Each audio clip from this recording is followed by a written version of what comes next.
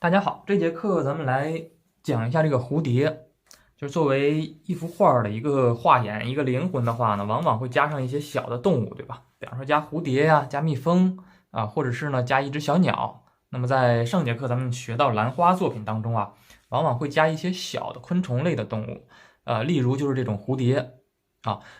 加鸟的话显得太大啊，一般情况下兰花当中咱们就配这些蝴蝶。也可以配蜜蜂，但是配蜜蜂的其实很少，大部分都是配这种小蝴蝶。那么蝴蝶怎么画呢？首先啊，咱们来看这样一些照片啊，那么可以看到呢，这个图片当中啊，可以看到这些蝴蝶，它是有两对翅膀，对吧？一对翅膀，两个翅膀，然后是一对，对吧？那么它是对称的啊。蝴蝶的话呢，从中间啊。左右两边是对称的，颜色一样，花纹一样，对吧？所以说在画的时候呢，要抓准它这个结构。这个是正面的，就是从它的背面啊，它的一个两边啊都非常正的这样一个角度。那么像这样的呢是侧面的，从侧面的大家可以更详细的，可以更清晰的看到啊，它是有两只翅膀，是吧？每一边是有两个翅膀啊，其实呢，蝴蝶啊，它是有两对翅膀啊，是有两对翅膀，一共呢是4个翅膀。这样看好像看着是两个，但是呢，其实它是两对，它分为前面的和后面的翅膀，就是前翅和后翅，它是分为这个的。那么再有呢，就是它的胸部、腹部、头部、触角，还有小这个足部。那么再具体去分析的话呢，咱们可以，我给大家找了一个这个生物学当中这个它的一些构造啊，这个更清晰啊，这个更清晰，可以对照着这个图片咱们来看。首先是它的这个翅膀，翅膀呢也是最明显的，对吧？那么翅膀的话呢，在这张图片当中，咱们可以清晰的看到，它这个地方啊，这个地方属于它的后翅啊，属于它的后翅。那么后翅大家可以看到，这个图画的很不错啊，就这个后翅啊，可以看到吗？后翅是在前翅的前面，就是当侧面的一个角度的看的话呢，从这个角度去看的话，那这个后翅啊是在上面的，前翅呢是在下面的。当然，如果说从背部去看，那一定是前翅在上面，后翅呢在下面。那这个角度看就反过来了，对吧？这个可以理解吗？然后有前翅和后翅这样两对翅膀，那么反过去呢也是一样。之后呢，咱们了解它的翅膀之后啊，再分析翅膀当中的一些结构。那前翅和后翅结构呢也都大体相同，都是分为这个中翅和后翅啊。这些学名咱可以不用记啊，就好像是前翅和后翅当中有一个小房子一样啊，就好像有一个小房子一样。后翅呢也有一个这样的小房子一样，每个地方每个翅膀都有这样一个类似小房子一样的结构，包括这些蝴蝶，细看的话呢，它都有这样一个结构。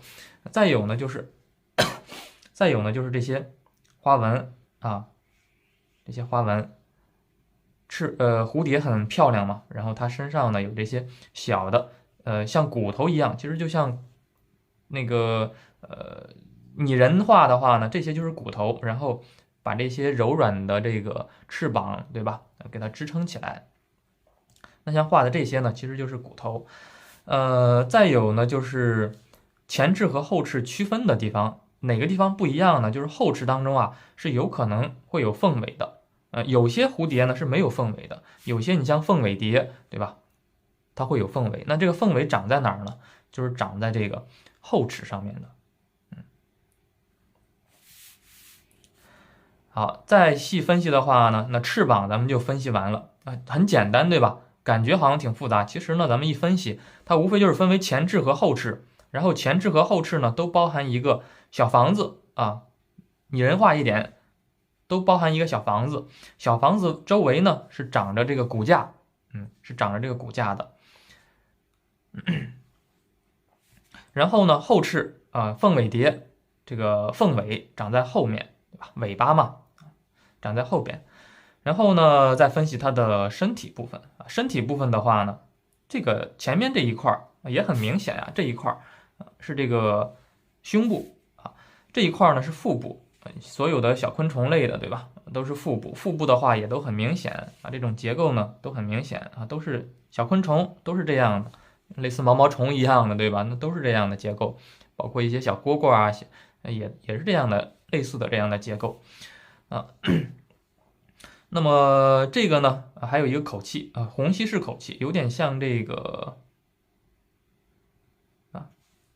小蚊香一样，对吧？也有点像那个，就是小时候玩的那个吹气儿的，一吹吧，它就变长了，有点像那样的一个结构啊，是虹吸式口器。然后再有呢，就是复眼啊，它的眼睛是比较大的，蝴蝶眼睛还是比较大的，比较大、比较圆的啊，椭圆形的，大大的。再有呢，就是它的这个触角了啊，它的这个小触角啊，再有就是它的6对足，3对足，一共6个啊，一共6个足。咱们再用这种白描手法，咱们再一边画一边给大家讲一下啊。大家就是看图片可能啊理解不是那么太完全，就是大家在练的时候呢，也可以像老师这样在纸上呢去勾勒，去练习一下，把它的这些结构呢给它画得很准一点，找一找它的结构。那么在画斜翼的时候呢，这些结构啊才不会错掉，不会丢掉。画的时候呢，先从前面开始画，对吧？那前面是什么地方呢？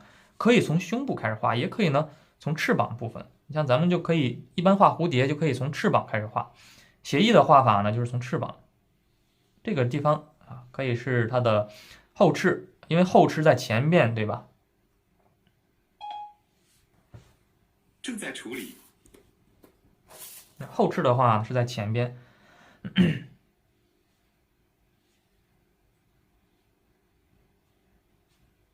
这个是它的一个小房子，可以拟人化一点。其实大家记的时候呢，不用说像生物学一样啊，必须记得那么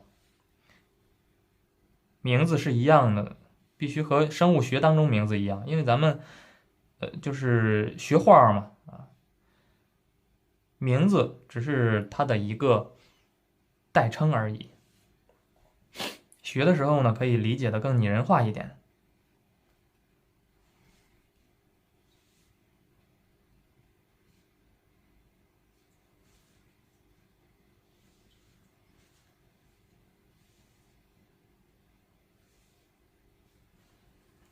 这个是它的后翅，单独看这个后翅很简单啊，很简单。然后呢，咱们再画前翅，注意它的这个后翅是有一定的弧度感的，是这样的一个弧度的。如果说没有这个凤尾的话呀，它这个后翅呢是这样的一个形状的。那么前翅的话呢，从这个角度进来，是在它的后边。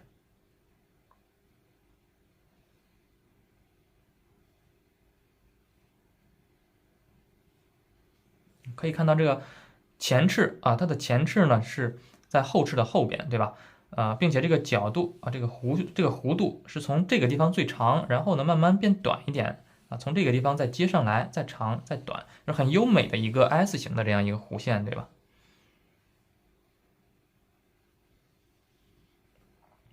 它的前翅当中的小房子，叫做中翅。我更喜欢把这些名字啊给它拟人化一点。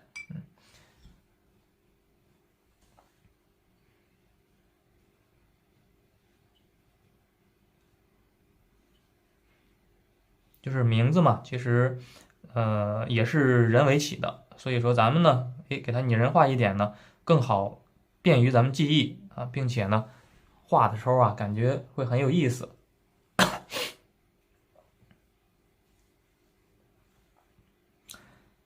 然后呢，这个地方出来的另一个翅膀，画的时候要注意啊，这个弧线和这个弧线要大体上接近啊，前面这个略长，后面这个略短，就是由于它的一个透视关系，对吧？当然，在写意花当中，写意花鸟当中呢，也不用分的这么太清，大体上差不多就行。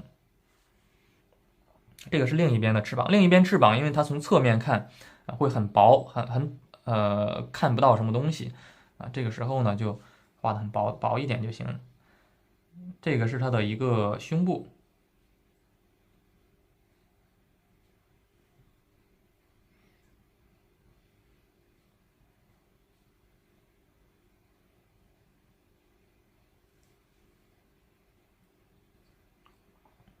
大大的眼睛，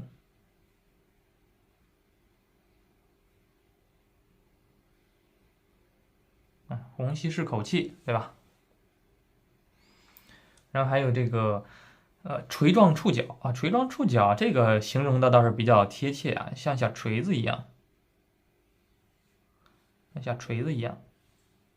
像锤子一样呢，就是这个地方咱们用笔的时候呢，顿下去一点，然后呢再提起来，顿下去一点，再提起来，是这样的一个触角的感觉的。画写意的时候呢，也可以按照这种感觉去画。那最后咱们就剩下它的6对足了，对吧？那足的话呢，可以细分一下，它这个是前足，它这个是前足，这个是中足。这个是后足，这个是后足。那么前足呢，是长在这个眼睛靠下胸前的这样一个位置，就像人一样，对吧？胸部两边是这个胳膊前臂，那么中间的呢是长在这个胸部靠下胸部和腹部相接的这个地方包括这个后足都是长在这儿前足相对来说要略短一点，但是也短不了多少，差不多就行，是略短一点就行。然后前足是这样的一个形状，后足的话呢是这样的是这样的。每个足呢都是有2个关节的每个足都是有2个关节的，就是呢1个关节2个关节是有2个关节的。前足也是一样，这个2个关节，这个大家要注意一下。之后这个蝴蝶上的花纹花纹的话其实就有很多种了，对吧？那你像咱们看到的这幅这个样品的话呢，它的花纹是这样的。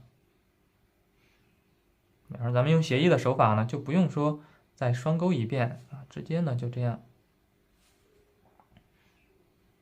一笔就画上去就可以了。调一个这个赭石色，对吧？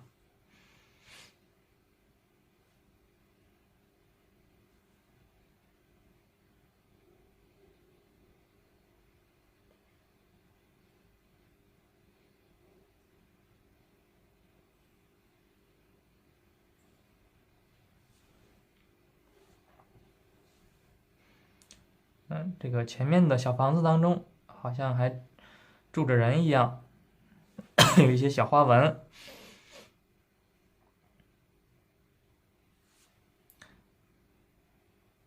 就其实有时候学画画要自己给自己找乐子嘛，就是感觉怎么画好玩然后呢就怎样去想，怎样去画。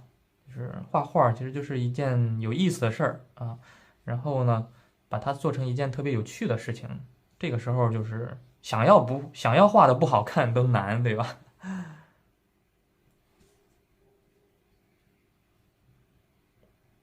不是在死本的去照抄它，而是边画边去把玩这个东西，好像就像一个心爱的一个小这个宠物一样那么这个就是咱们这个蝴蝶蝴蝶它的一个结构一个特点。那么咱们根据这个结构大家也可以去练习一下，就是呢先把它的这个结构给它找对，就是它有什么结构，对吧？它有哪些结构，咱们先给它找对。找对之后呢，咱们可以练习一下更多的一些，可以练习更多的这种的结构。比方说咱们想画这个，对吧？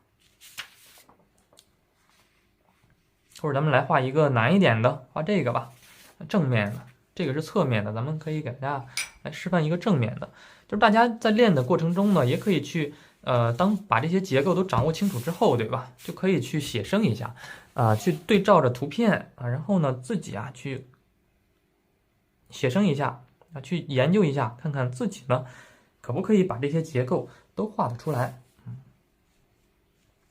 像正面的这个小蝴蝶就可以呢，先画中间的部分。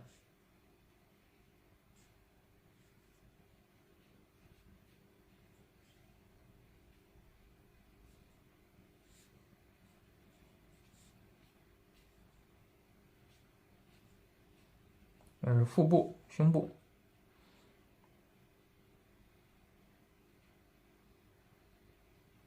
眼睛，大大的眼睛。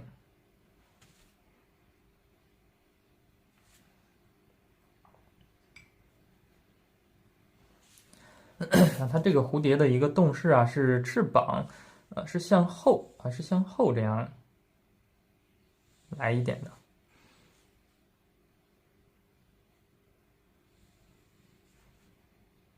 这个地方呢，这样平过来的。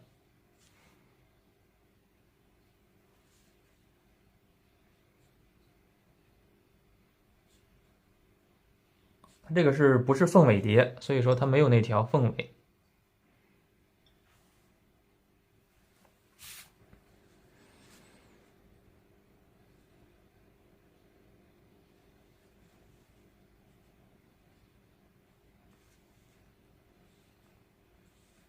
那这个就是你像咱们课上讲的这些，对吧？那都是一些绘画的方法，就是学习的一些方法和规律。大家在学完之后就是说不要是只学课上的这些东西，对吧？我教给大家这种学习的方法和规律之后呢，大家可以自行的去练习，练习各种各样的蝴蝶，练习这个各种不同品种的蝴蝶，对吧？那么在练习过程中呢，就是大家可以更好的一个进步。你像培训机构的话，线下的话，大部分没有这么系统的教学的话呢，那大部分会是教给你画这一个蝴蝶，那么你只会画这一个蝴蝶注意咱们网课的话呢，它的优势就是我是系统给大家讲的，就是大家在学的时候呢，也是系统学的，就是思维呢可以更灵活、更发散一点学的过程中呢，还有更多的部分可以利用这种规律，然后呢去学得更好，学得更快。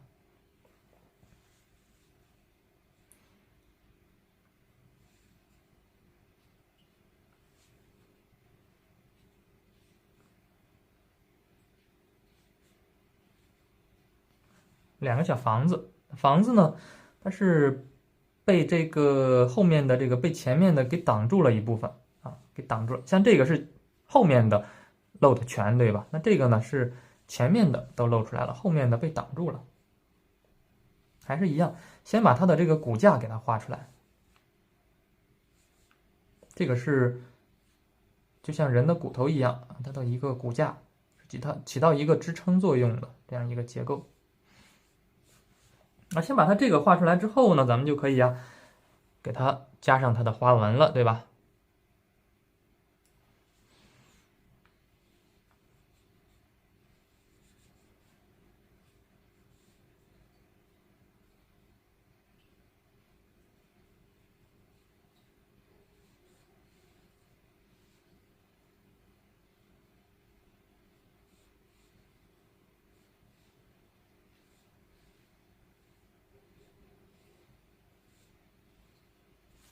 像画工笔画的话呢，也是这样去找这个形的，也是去找这些结构，找这些形。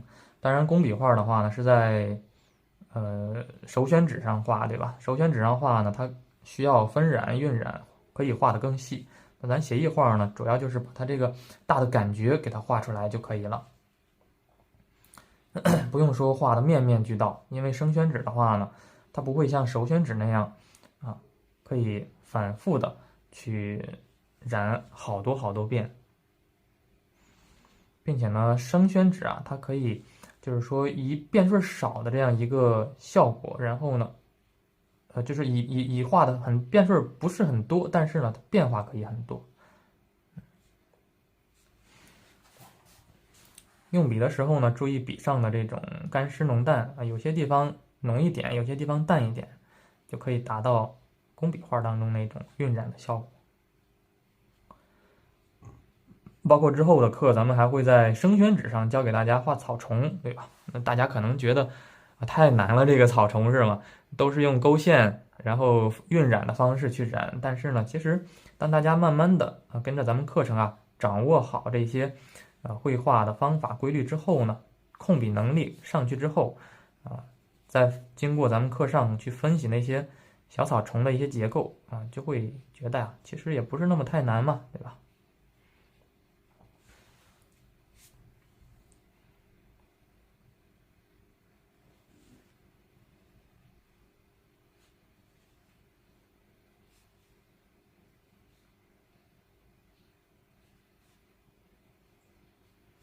你的小触角，小足小触角。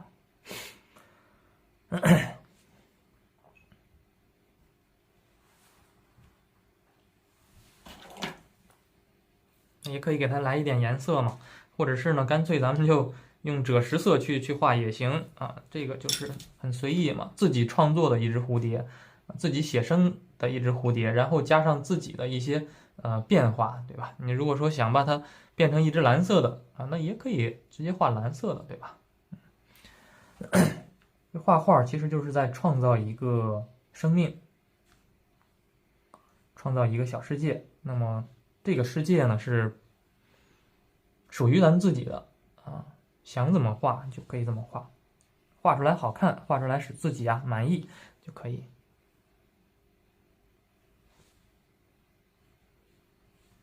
那染色的时候也不用说染的特别匀留有一些小空白，其实是更好看的。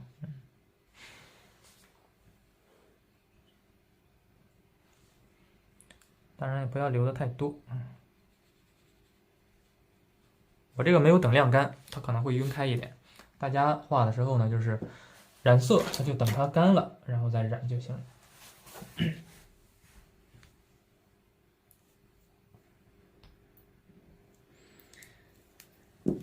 像齐白石画那些小草虫，对吧？他就画的很细，他就有点像类似咱们这样的去研究去画。然后呢，他把这些小的细致的一些昆虫然后配上一些大的笔触，最后呢就是形成他那种画面非常强烈对比的那种感觉，有粗犷的地方，有细的地方，很有意思了，对吧？很有艺术性了。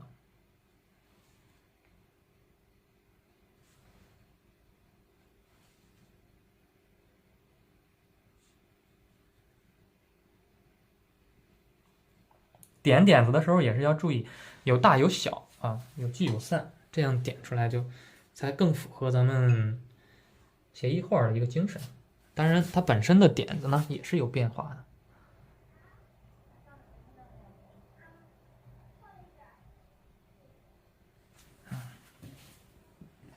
好，就是这样去研究这样去画，把这个大的规律呢教给了大家。你比方说凤尾蝶，对吧？那这个地方就来上2个小凤尾，对吧？好，这节课咱们就先讲到这里。那么，大家在练的时候呢，也要注意这些蝴蝶的这些结构，把这些结构呢至少都要有，对吧？能露出来的，至少呢都要画上去这样的话就是才更生动才更形象。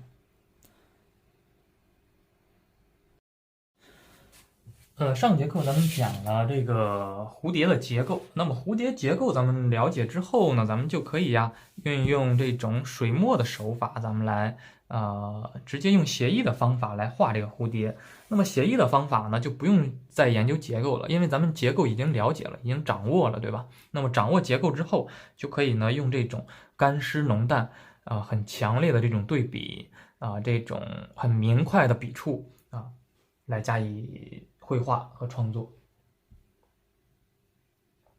那么怎么画呀？我给大家示范一些这个蝴蝶蝴蝶的一些画法。那么咱们知道，就是说，它是分为前翅和后翅，对吧？在画的过程中呢，可以这样画，可以先画它的前翅一部分，这个是它的前翅，前翅呢用这种侧锋啊，大家看一下，就是侧锋，然后呢，行笔速度啊，刚开始可以摁下去一点，然后呢，行笔速度突然加快啊，突然加快这样的一个方式。然后呢，这个地方再来上一个，也是前翅，也是它的前翅，可以简单的进行调整啊。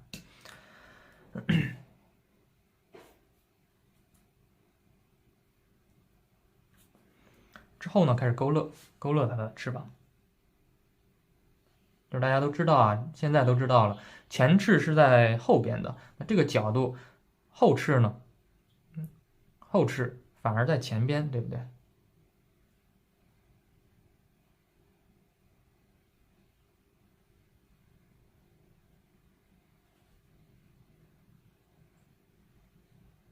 先把它的这个后翅咱们给它画出来，可以运用一些淡墨啊，淡墨干笔。这个是它的前翅的这个小房子，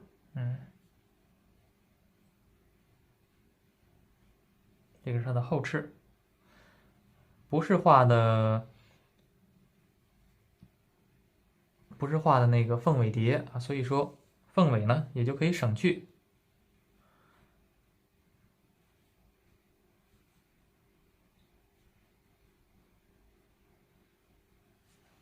这个就是它的两对翅膀了，对吧？两对翅膀之后呢，再来上一点赭石，可以笔尖上来一点点墨。这个是它的胸部，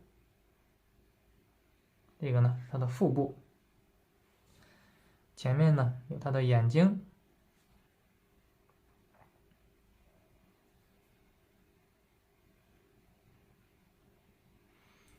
勾勒好它的触角，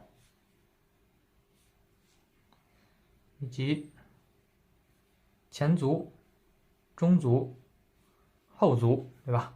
可以很飘逸的这样去勾，可以很飘逸的这样去勾。包括这个小足也是一样，可以呢，就像写草书一样，摁下去提起来啊，摁下去提起来，就是很飘逸的这种感觉。然后呢，刚刚好。当然这个需要练呀，就是说不要你飘的太过了，你飘完之后，你飘到翅膀上去就不行，对吧？飘完之后收笔的动作是收在这个眼睛啊，眼睛周围、眼睛中间啊、眼睛附近就可以。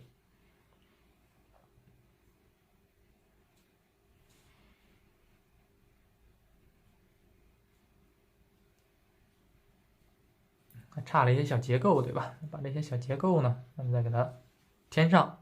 那这样的话，其实就是一个小蝴蝶了嘛，啊，一个白色的小蝴蝶，可以看到吗？就是没有上色，它就是白色的小蝴蝶。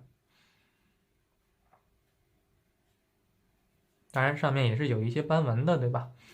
那么大家注意看一下，就是示范的这个啊，大家注意看一下，和工笔的那个呢是有什么区别呢？和这种结构的啊，和这种结构的它有什么区别呢？就这种是用水墨画的，那么水墨画的时候呢，咱们讲究的是一种浓淡干湿，对吧？再用写意手法去表现的话呢，咱们往往是把它这种变化给它加强啊。其实这个角度是很接近的啊，当然有一点不同，这个翅膀它是合起来的，这个翅膀呢它还翻着啊。那么来讲一下啊，它前面，比方说咱们看到一个蝴蝶，对吧？就拿这个来说吧，那这种蝴蝶画的时候呢，就可以啊，那这个蝴蝶就可以画成这种蝴蝶的样子，就是可以画成这个品种的这种感觉。那么怎么去理解啊？我给大家讲一下。讲究啊，国画呢不是讲究这种浓淡干湿嘛？在一个当咱们看到一个物象的时候，就要把它呀这种浓淡给它加强对比，给它加强变化。那么给人感觉呢，这一块后翅这个颜色啊，或者这个白斑，对吧，偏多。所以说呢，咱们可以经过咱们大脑的一个转化转化思想之后呢，可以把这个后翅当中和前翅做一个黑白的这样一个对比关系，就是你想把后翅画得更重呢，还是把前翅画得更重呢？这个时候我会认为后翅可以画得略浅一点，前翅呢可以画得略重一点。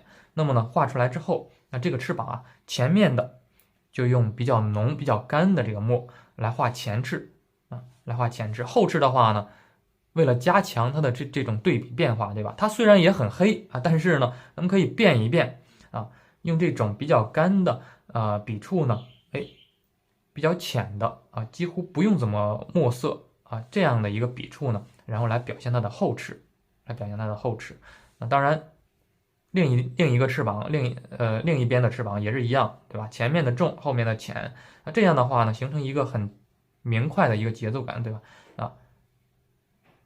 暗的这个地方是亮的，这个地方又是暗的，这个地方又是亮的，它就是一个很节奏的，这样很有节奏感的1 2 1 2，对吧？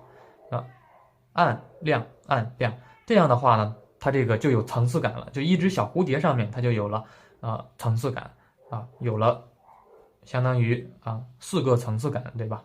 虽然只有亮暗变化。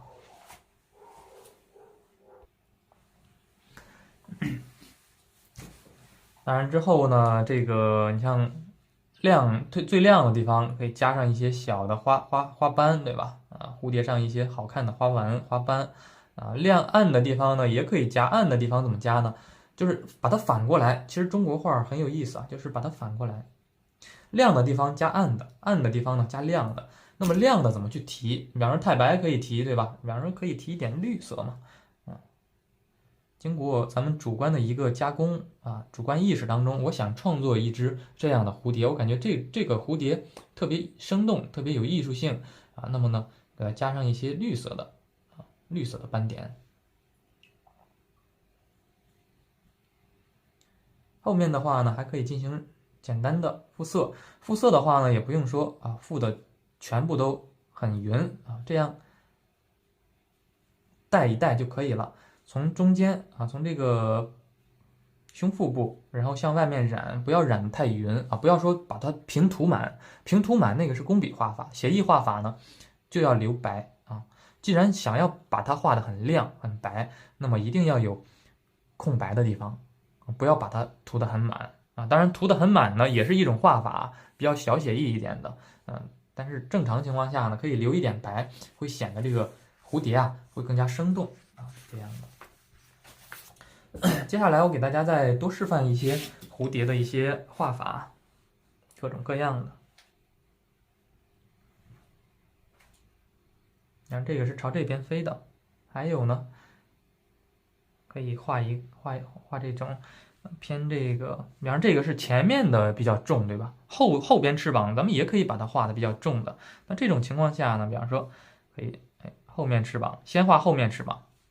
那这个是先画前面翅膀，后面翅膀是在前面。那先画后面翅膀也一样，要注意咱们之前讲的那些结构嘛。后面这个翅膀一定要在前端，前面翅膀呢在后面。前面翅膀就可以用浅墨。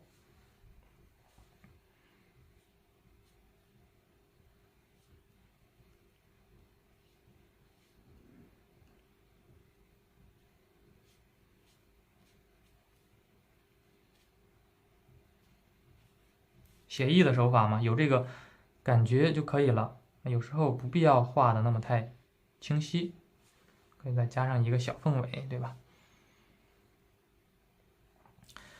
大家注意看，这个又会产生变化。那这个是最重的，这个是偏浅一点的。那么这个地方咱们怎么处理呢？这个地方咱们可以再画一个重的。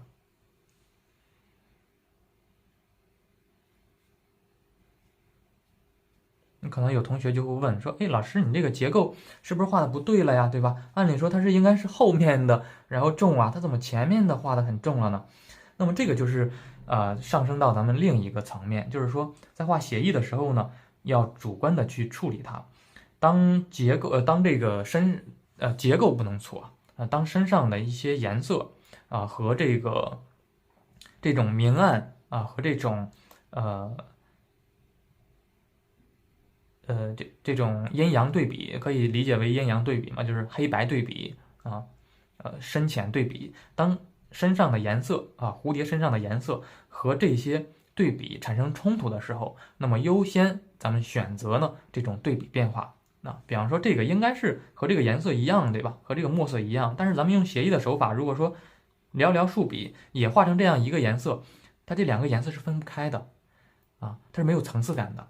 那么画出来的蝴蝶呢，它这两个翅膀是贴在一起的，是没有对比的。所以说这个时候呢，咱们优先选择用略重一点的来画后边的这一只翅膀。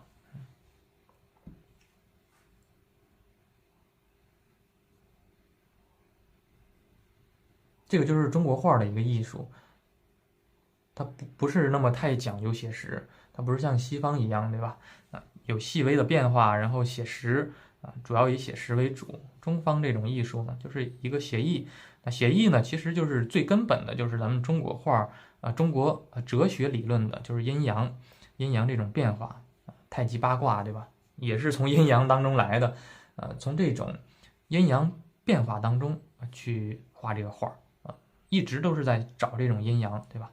那这个是重的就是阴这些是阳整体呢这个是阴，这个是阳，那这个是阳，阳后面呢又是阴这样的话就是画面呢它就越来越有节奏感了。当然，你比方说这个地方感觉有点简单，那么呢可以用浓破淡的方法，它破一下，顺便呢给人感觉好像是加的小花纹一样。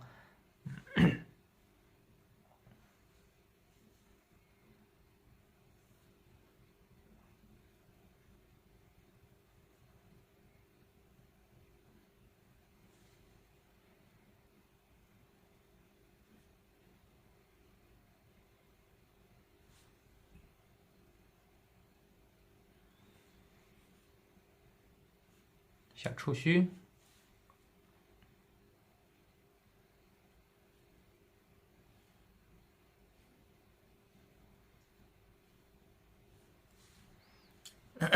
脚，对吧？足部。那么这个呢，也是一种这个蝴蝶画法，这个就相对于来说更写意一点了，对吧？这是同一个角度的，那么不同角度的咱们怎么画呢？比方说正面的，对吧？正面也是一样比方说画一个这个正面的，前面的翅膀偏什么样？前面的翅膀咱们偏重一点，后面的呢就可以偏浅一点。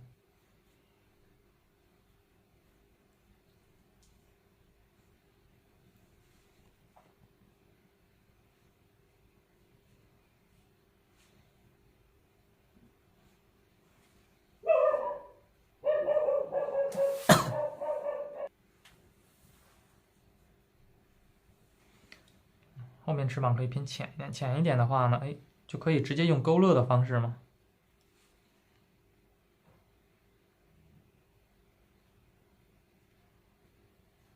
小房子不能丢掉，结构问题这是。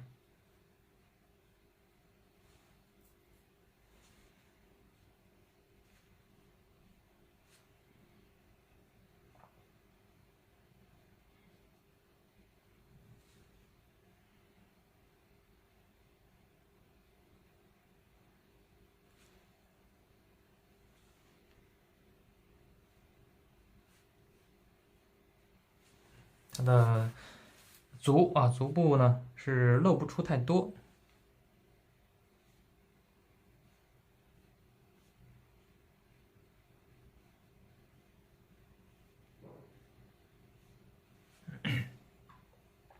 之后呢，可以给它加一个颜色，加颜色，其实颜色的话可以加的随意一点嘛，比方说赭石色也行，藤黄色也行，也是有很多种加法。比如说加点珠标，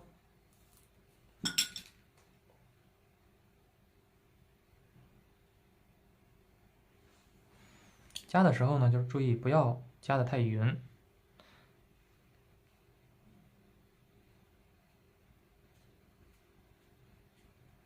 不要加的太匀。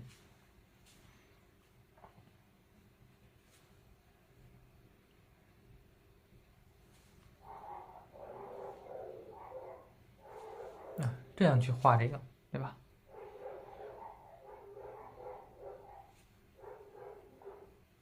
那么当然，如果说想画的再细一点怎么办呢？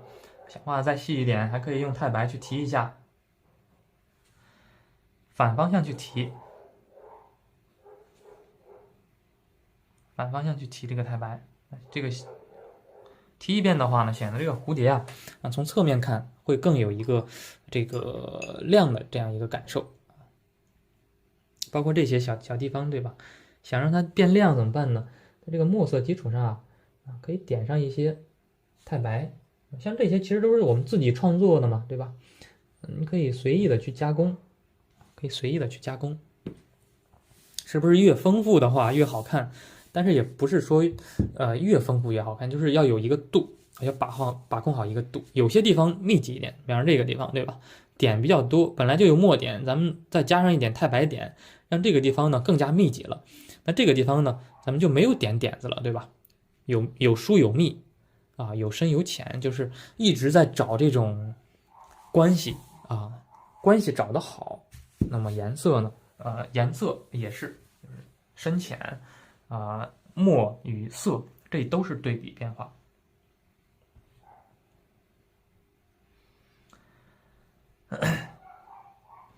然后反方向呢也是，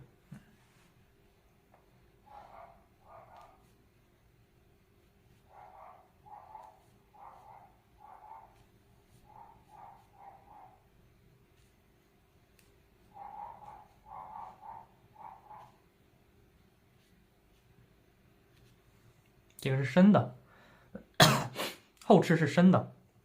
那前翅的话呢，咱们就画浅一点，对吧？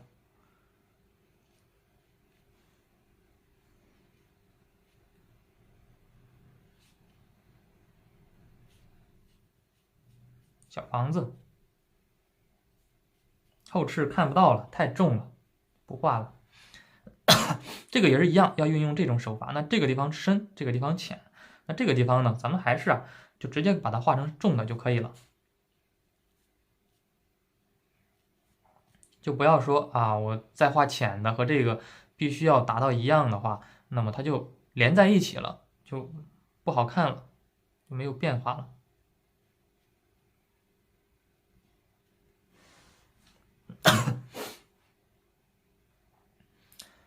大家在选择毛笔的时候，选择大小适中的就行我用的是偏大一点的，像我用这个点墨成金大号的去画，我用的都是笔尖大家在选择的时候呢，可以根据情况而定，你们可以选择略小一点的。当你们控笔能力，对吧？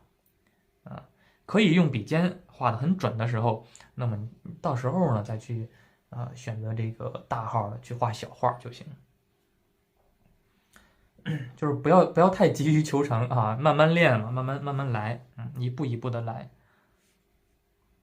可能大家看我，看咱们的课程呢，看的多了，你们也会找到这种用大的毛笔画一些小的细节的这种感觉，是非常不错的，非常有意思的。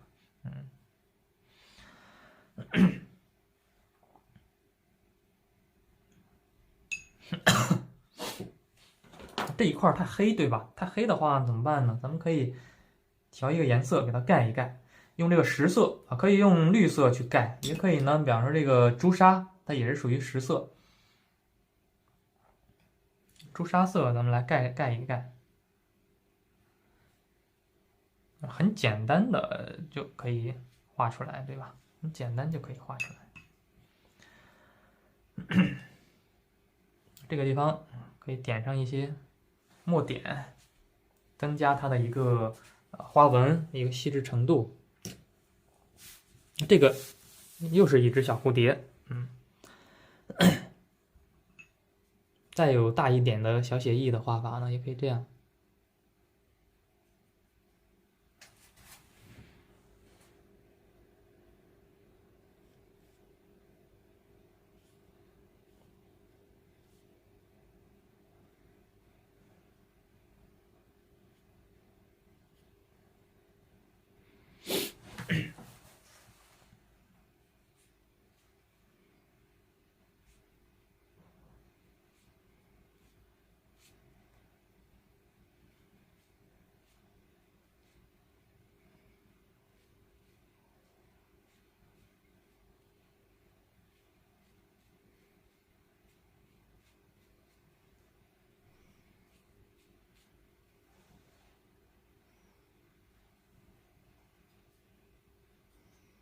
包括颜色的选择，对吧？也可以更加自由一点。